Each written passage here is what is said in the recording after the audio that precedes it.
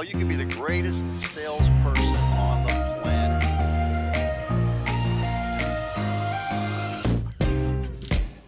Welcome to the Rethink Sales Show. My name is Derek Kelly. I'm here with Jim Shorkey and special guest Rodney Little. Thanks so much for being here. Little. Thanks so Thanks much for for having joining me. us. Appreciate We're it, guys. excited to be here. Guys, you were just having some great conversations as we were setting up this morning, and I just thought, what a great time. Jim had just, Jim's always giving great nuggets of wisdom, but really just thinking about in sales, right? In connecting with people, which is two things we're really about, good sales and connecting with people. What are the bad strategies you've seen? I think I want to start with that question. What are the things you felt like, man, I did that wrong. I could do that better. And then at the end, we'll come back and talk through what are we doing instead? Okay. Right. So I'm going to start with you, Rod. Tell us a little bit about what you do, what you're passionate about. And Thanks, Derek. yeah. I own a small dog business, Youngwood Top Dog Services, and I'm the founding president of the Top Dog Therapy Team. We're a local nonprofit in Westmoreland County. What got you passionate about dogs and people? When I talk to Jim, he always says, Rod's passionate about two things, dogs and people. Dogs and people are pretty much my life. That is the mission with my therapy dog team. Long story short, I had a tragic accident in 2016 where I lost the ability to walk for almost 3 years. It went through 9 surgeries, now 7 years of physical therapy and rehab, chiropractic manipulation, learned to walk again. And along the way, dogs gave me hope. They gave me inspiration. They gave me love, attention, and affection. They did something to me in my worst pain and my worst times that human words couldn't do for me. They gave me inspiration. They gave me that hope through healing. And I took that idea and began a nonprofit to try to give that mission back for the rest of my life with hope and healing. And along the way, meeting with Jim, one of my best mentors, I needed expert advice because the question you have, what were we doing and what was wrong? First thing I was doing wrong was defining insanity. I was taking ideas that 90% of other nonprofits are doing and working ourselves so many hours and not yielding anything from it. And the first thing I did was taking Jim's advice and making that change. That had to be humbling, right? Very. To say the least. Yeah. And kind of a wake-up call. I'm sure you've kept yourself up at night thinking like, what am I doing wrong? What can I do differently? Absolutely. There's been so many different ideas that I've been going about the wrong way. What kind of events should we be doing? Should we be doing more of this, more of that?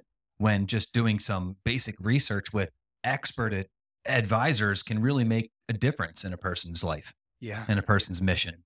It's so true. And Jim, you and I talk a lot about strategy and planning and the difference between those two. A lot of people set clear goals, but then don't have a strategy to move toward those goals, right? So let me give you an example. You could have a goal to sell X number of cars by the end of the year, but part of a good strategy, and you talk about this so well, and I think add to this conversation, is in recognizing, okay, that's my goal to sell X number of cars by the end of the year.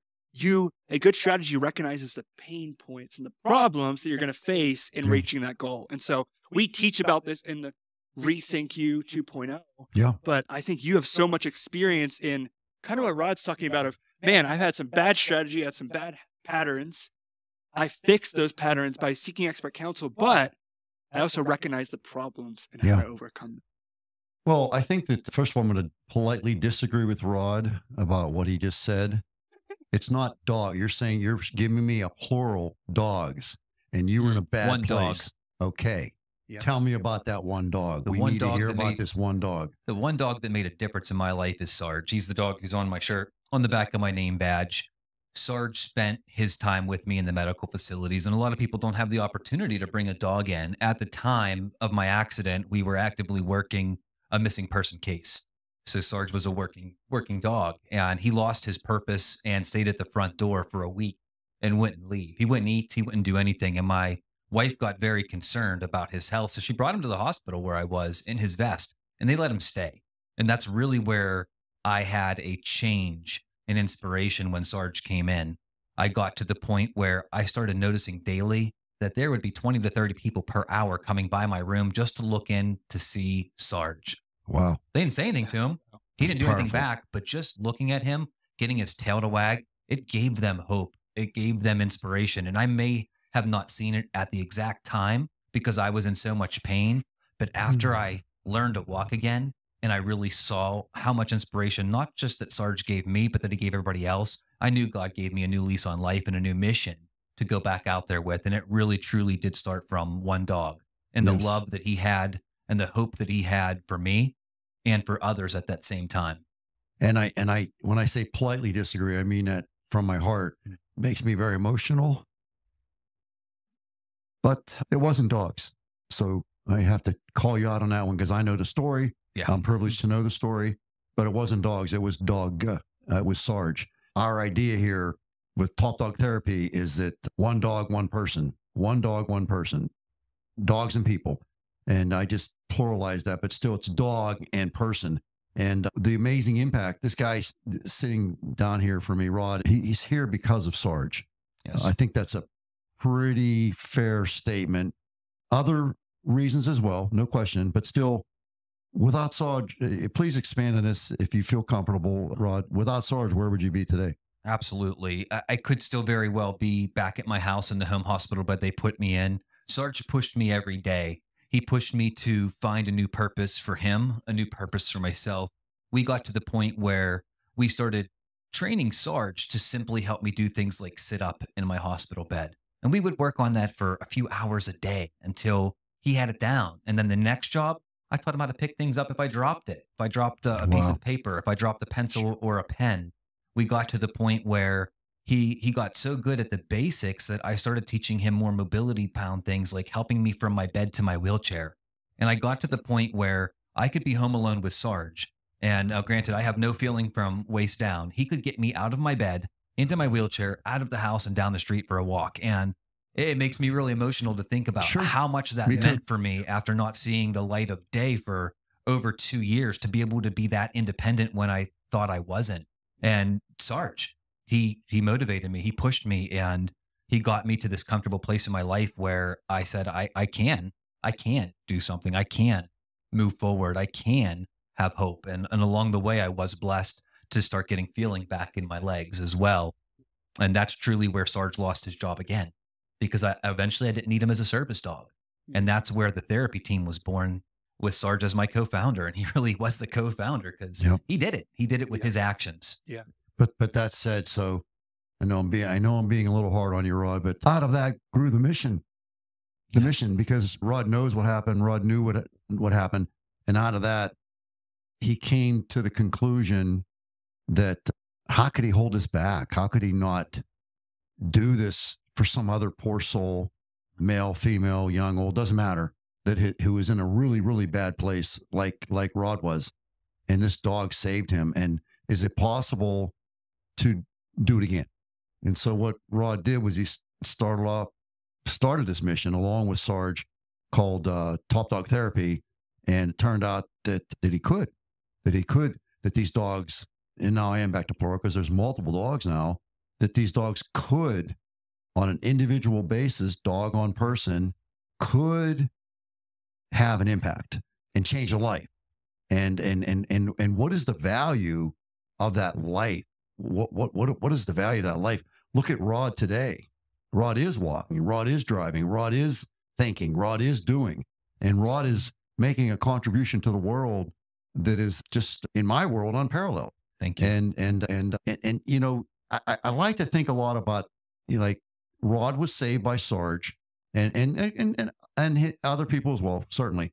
But still, Rod's here today. And what's he going to do going forward? And as we trace that back to the first day that he met Sarge, I guarantee you, and I don't know this, but I guarantee you that on that day that Rod met Sarge, Rod was hopeless. Rod had no hope, or very little. Speak to that, Rod, please. Yeah, absolutely. When I met Sarge, I did not have Youngwood Top Dog Services. I did not have a dog business yet. When I met Sarge, I did not have a nonprofit. When I met Sarge, I was at a crossroads in my life, working part-time law enforcement, working part-time retail, kind of stuck in a place where I didn't know where to go. And I truly believe if Sarge didn't come into my life and give me that direction, I wouldn't be sitting here talking to you guys today. He showed me that I had a different option and that I could use the skills that I had as a dog trainer. And not only could I make a business out of that and make a living for my family, but I could also later start a whole new movement with a nonprofit. So he absolutely So here we are. changed my life. I can tell you forthrightly that without Sarge, Jim Shorkey is not talking to Rod Little right now, because we have two knucklehead puppies that needed training. And so Rod did some work with my daughter, Katie. It's like, this guy's great. And so we get Rod. Rod comes in. And so Rod and I he'd be here and we'd sit around and talk. And me being the persistent philosopher, we just would discuss ideas and different things. I was listening to Rod and I said something that's very controversial to Rod. Rod said, I've got this nonprofit. And I said, Rod, there's no such thing. What do you mean? There's no such thing as a nonprofit. He said, well, yeah, I got these papers. I said, Rod, I said, that's where nonprofits make a mistake. The difference between a for-profit business, which I ran many of them, and a nonprofit is that the profits in the for-profit business go to the investors. The profits in the nonprofit go to the mission. They go to the cause. And I said, Rod, if there are no profits in your nonprofit, you're not going to be able to fulfill your mission. And he really pondered that and really thought about that. Yeah. And he thought, God, that makes sense. That makes so much sense. And so we started mentoring with each other. And if it wasn't for Sarge, none of this would have happened. We wouldn't be here right now in this venue. We would not be here if it wasn't for Sarge. This is the power of the dog. And this is the power of Top Dog Therapy. We don't know what that one person is going to do going forward. We just don't know. That's right. But we do know that it's a life worth saving. It makes me very emotional. I got a massive chill in my body right now. I think probably the people that are listening to this got a massive chill. What is that chill? I ask myself this question a lot. What is that chill? What makes that happen? But thinking about that one person, and I'm going to have Rod tell a story that's going to get very emotional, but that's how it goes. But we're going to talk about a little baby, and I want to hear that story. But I can tell you, without that one dog, Sarge, this conversation doesn't happen. And that's the power of this stuff going forward. Okay. Thanks, Jim. Yeah, there's so many great impact stories, but one that is so close to my heart. There was a young man who had a motorcycle crash, just as I did in 2016. He came into Hempfield Manor in about 2019, and that was one of our training bases that we've been to since we started our program. And they immediately contacted me and said, we have this guy. He lost the ability to walk. He has a halo screwed into his head. He's been here for 3 weeks. He's not eaten. He's downtrodden. Can't even get the guy to smile. Is there any chance we can get you down here with Sarge? And this is what we do. We were new at this time, but massive chill. Boy, I was Massive already in tears on the way there, just thinking about how Sarge helped me with this. And when I met Josh and I walked in, he didn't look at me, but he looked right at Sarge, and immediately he smiled. And I'll tell you, the nurse next to me started crying and said, that's the first time we've ever seen this guy smile. He started tearing up when Sarge put his head on him. Sarge just did what we call DPT, deep therapy pressure. He puts his head on you. He gets that exchange. And we've proven through science that when a dog touches you, they could bring your anxiety levels down, your depression levels down, up to 30% instantly. Blood pressure. And yeah, Sarge was already at work. He was working on Josh, and Josh, the healing was already happening right there in front of us. He was starting to get something that he lost. He was getting hope. He was getting inspiration. He was getting unequivocal love. Nobody was judging him. I felt so judged sometimes when I was in my wheelchair. But when Sarge looked at me, there was no judgment. He saw me for everything that he loved, everything that he wanted to help. And I saw that working with Josh. And we worked with Josh for about 2.5 months until that halo came off, until they were able to downgrade him to RNC nursing facility, until the point where he was starting to get back on his feet. And 2 weeks ago at the Veterans Conference of Westmoreland County at the WCCC Community College, I ran into Josh. And boy, let me tell you, that was an emotional reunion. I asked him how he was, and he told me about his 2-year-old daughter and how great it was. He showed me a picture of him holding her up in the air above his head. And I just said, praise God that you could pick your daughter up like that you have been healed. And he not only thanked me, but he said, I want to thank Sarge for coming in and making a difference in my in my emotion that day, for making a difference in my healing that day, for making a difference in what my stay was going to be perceived to be at that medical facility. And the fact that he was able to go and not only recover, but start a family, that just meant the world to me, that our mission is going to have that impact on other people like Josh out there, and other people like myself out there. Yeah. And out of this hopeless situation, and it was hopeless, would you agree? Yes. It was hopeless. They couldn't even get Josh to smile. But post hopelessness comes a baby. So let's be clear about it. The baby didn't come pre-accident.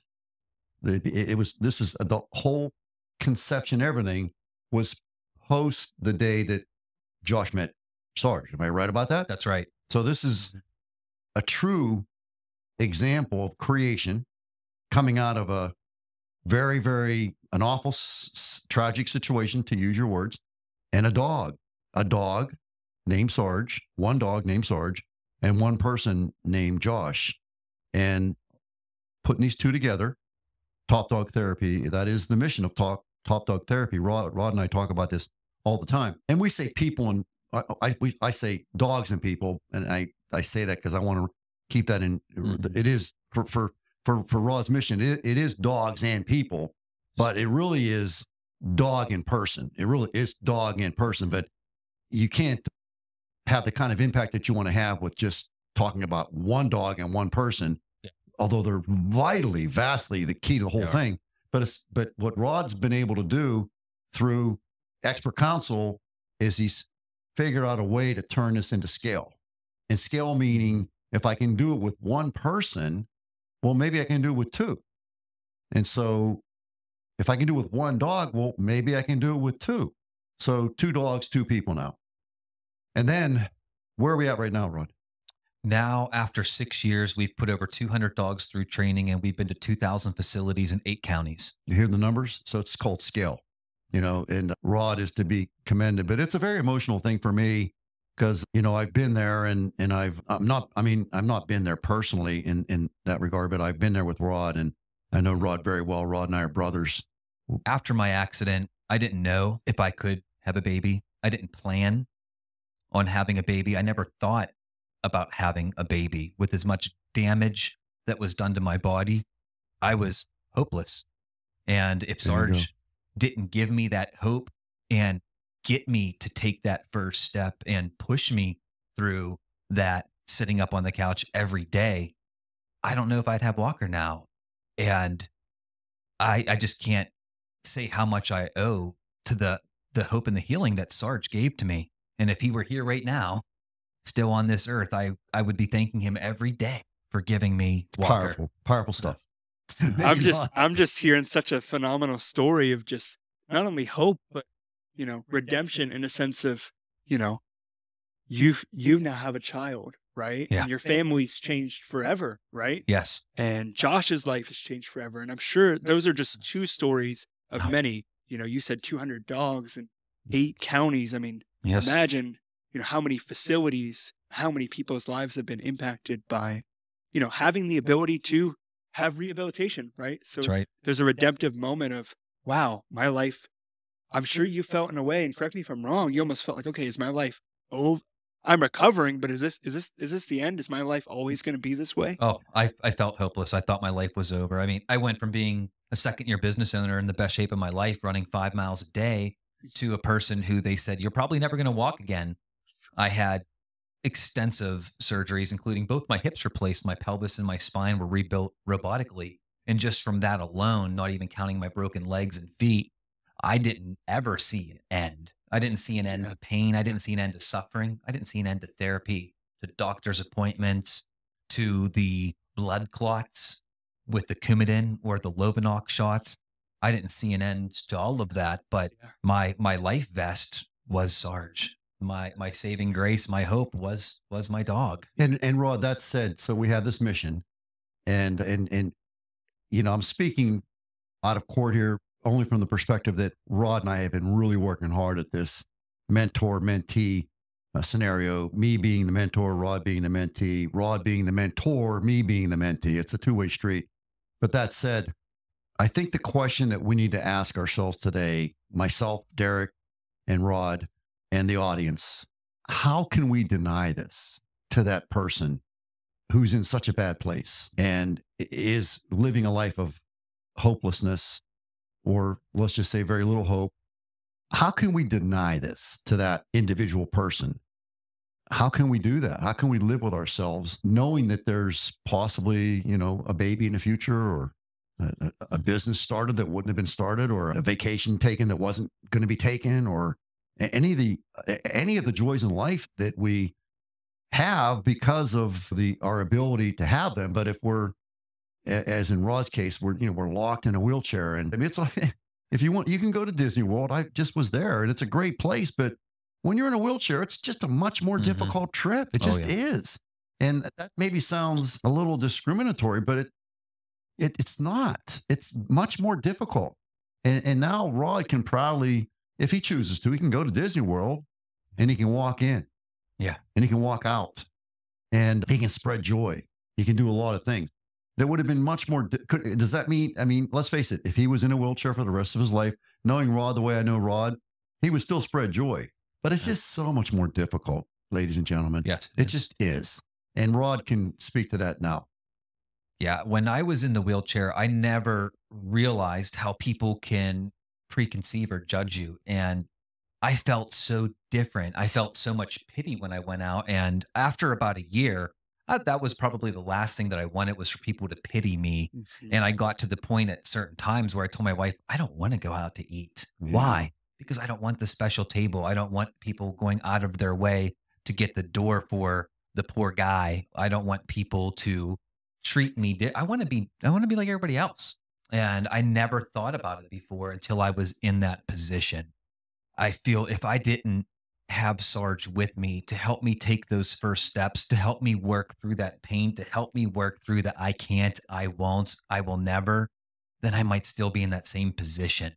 And what Jim said is, we don't know how many people we're helping today, but our mission is to expand the amount of people we help, to get to the places where people feel like they don't have hope because they're paralyzed or because they're going through a chemo treatment or radiation. The Top Dog Therapy team is going to be there to bring them something that words simply can't. You speak to bereavement, please. So the Top Dog Bereavement Team is an extension of our team where we utilize specially trained canines to help people that experience death. When people pass, it's some of the hardest times, and finding the right things to say, the right things to communicate can be so difficult for certain people. What we do is we take the God-given abilities that dogs have through therapy, and we use it for bereavement. When somebody's crying because they just lost their dad, I can't go in and tell them, you're going to feel better in a few weeks, because I've been there before. I learned a long time ago, it's never a good thing to compare pains. But what we can do is let healing start.